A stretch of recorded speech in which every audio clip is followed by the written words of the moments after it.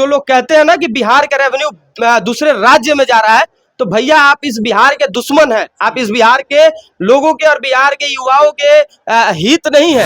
कल तक नशा मुक्ति अभियान चलाते थे, आप नशा मुक्त समाज का के लिए अपील करते थे, और आज आप बॉर्डर पे खड़ा होकर कहते हैं कि उस चोट को नहीं सह पाएंगे जो आप मेरे सामने, मेरे समाज में, मेरे गांव में, मेरे बिहार में शराब से लोग मरेंगे, मेरी समाज की महिलाएं प्रताड़ित होंगी, मरेंगे। को नहीं चाहिए वो रेवेन्यू। 1917 में गांधी जी इसी चंपारण के धरती पे आए थे अपने मोतिहारी में, तो वो नशा मुक्ति अभियान चलाए थे। उस वक्त व्यक्ति है सोशल मीडिया अब नेता बन चुका है, वो कह रहा है कि शराब खुल जाना चाहिए, पैसा आएगा, रेवेन्यू आएगा, ये बहुत कुछ बात कर रहा है, उसको क्या कहिएगा? देखिए, हम नाम तो नहीं लेना चाहते हैं किसी का, नहीं तो बहुत से लोग कहेंगे कि नाम लेकर फेमस हो रहा है ये, ठीक है। तो हमको फेमस होने का कोई जरूरत नहीं है। भगवान की कृपा से मेरे पास जो है वो तुम लोगों से ज्यादा है। इसलिए ज्यादा है क्योंकि हम पहले ही ऑलरेडी हम ऐसे चीजों से निकल चुके हैं कि उसके बाद कोई चीज हमको चाहिए ही नहीं, ठीक है ना। आप कितना भी सफल हो जाइएगा ना, तो मेरे इतना खुश नहीं रह पाइएगा। हम बहुत ज्यादा खुश है अपने जीवन में, हमको इसके बाद कोई सफलता नहीं चाहिए। मेरे लिए सफलता बहुत बड़ा चीज है। और जो लोग कहते हैं ना कि बिहार का रेवेन्यू दूसरे राज्य में जा रहा है, तो भैया आप इस बिहार के दुश्मन हैं। आप इस बिहार के लोगों के और बिहार के युवाओं के हित नहीं है। आप इस बिहार के युवाओं का भला नहीं चाहते हैं।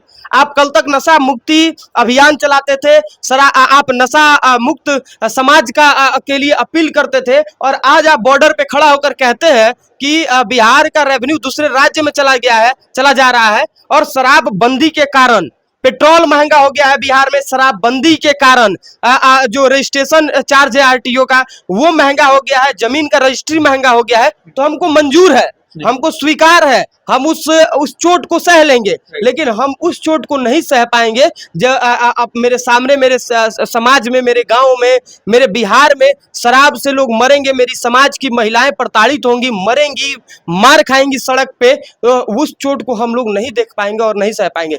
नशा जब शराब चालू था बिहार में, तो किस तरह से वायलेंस होता था, सड़क पे लोग गाली गलौज सब कुछ। आज शराबबंदी से कम सड़क पे वायलेंस तो नहीं है ना जी, हल्ला गुला तो नहीं ना होता है। हाँ, जो अगर कोई पीता भी है तो वो पर्दा के अंदर पीता है, ठीक है। पर्दा के बाहर किसी का हिम्मत नहीं है कि सड़क पे खुलेआम बोतल लेकर घूमकर पीकर और किसी को मार दे, पीट दे, ये नहीं होता है। और हमको नहीं चाहिए वो रेवेन्यू।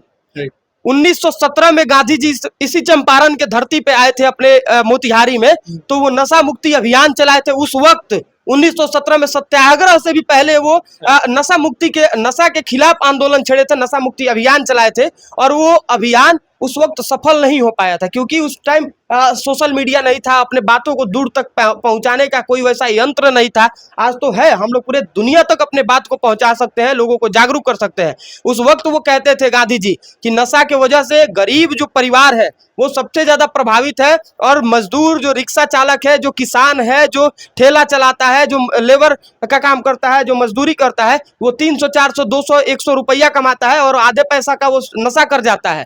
और उस पैसा को अगर अपने बच्चे के भविष्य को बेहतर बनाने में लगाए, अपने पत्नी को बेहतर कहीं ना कहीं पोषक तत्व देने में लगाए, तो कहीं ना कहीं बीमारी से बचेगा, बहुत सारे चीजों से बचेगा, उनके बच्चों का फ्यूचर जो है वो एकदम उज्जवल होगा। तो उस वक्त गांधी जी नशा मुक्ति अभियान चलाए थे, और आज हम लोग उसको लेकर आगे बढ़ेंगे, और हम लोग प्रयास करेंगे कि हम मुख्यमंत्री जी तक भी पहुंचने का प्रयास करेंगे, और उनसे अपील करेंगे कि इस बिहार में जो लोग भी शराब बेचते हैं उन पे देशद्रोह का मुकदमा किया जाए। इसलिए देशद्रोह का मुकदमा किया जाए कि वो लोग देश के दुश्मन है, जो इस देश के युवाओं को बर्बाद करना चाहते हैं। पाकिस्तान से कोई आता है आतंकवादी और किसी एक लोगों का हत्या कर देता है, तो हम लोग उसको दुश्मन कहते हैं ना, वो दुश्मन है हमारा कि हमारे देश में आकर किसी का मर्डर कर दे रहा है, किसी का हत्या कर दे रहा है।